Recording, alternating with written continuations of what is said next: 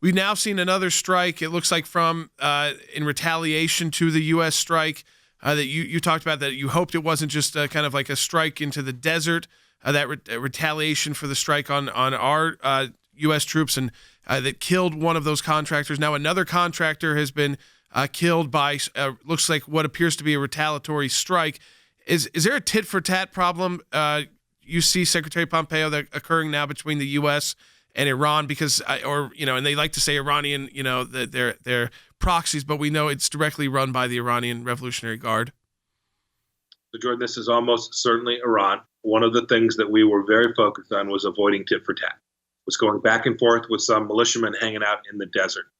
We wanted to pose real cost on the progenitor of the problem, the person creating the problem. That was the Iranian leadership. And so we made very clear that we weren't just going to come at these proxy forces, which imposed almost no cost on Iran. If you do that, you just go back and forth.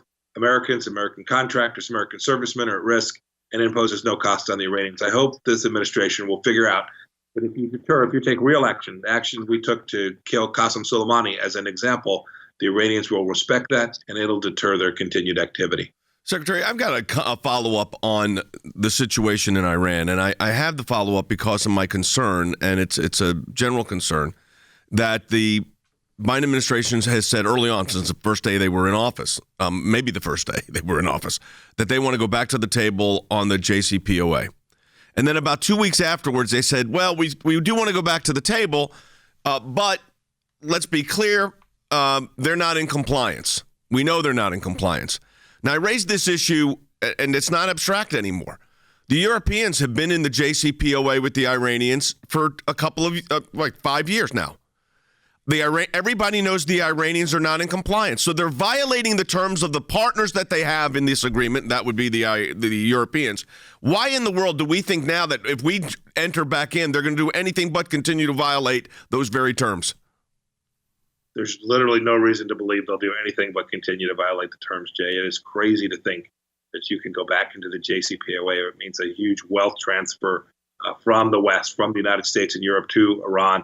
It is the nuttiest idea that the administration has put forward so far in foreign policy.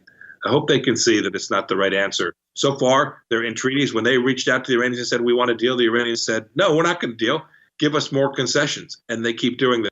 I suspect the Iranians will resist going back into the negotiation until they get a single thing that they want.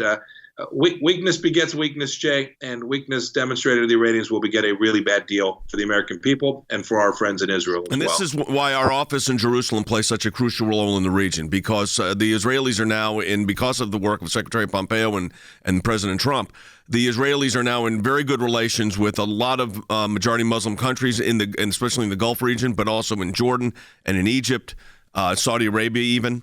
And I will tell you this, the Iranian threat is a regional threat. It's a global threat, but it's a regional threat. And my view is that they're never going to get in compliance. And that hopefully if we can keep pressure on and get the right hearings at the Senate, we can avoid that. With that, we appreciate it, Mr. Secretary. It's great to have you as part of the team. Great to have you here. The article is up at ACLJ.org. It's entitled Highlighting the Victories We Achieved for Life and Liberty and Preparing to Stand Up to the Challenges Ahead. And we'll be sending that out on all of our platforms. Again, former Secretary of State Mike Pompeo, Senior Counsel for Global Affairs at the ACLJ. Thanks for being with us.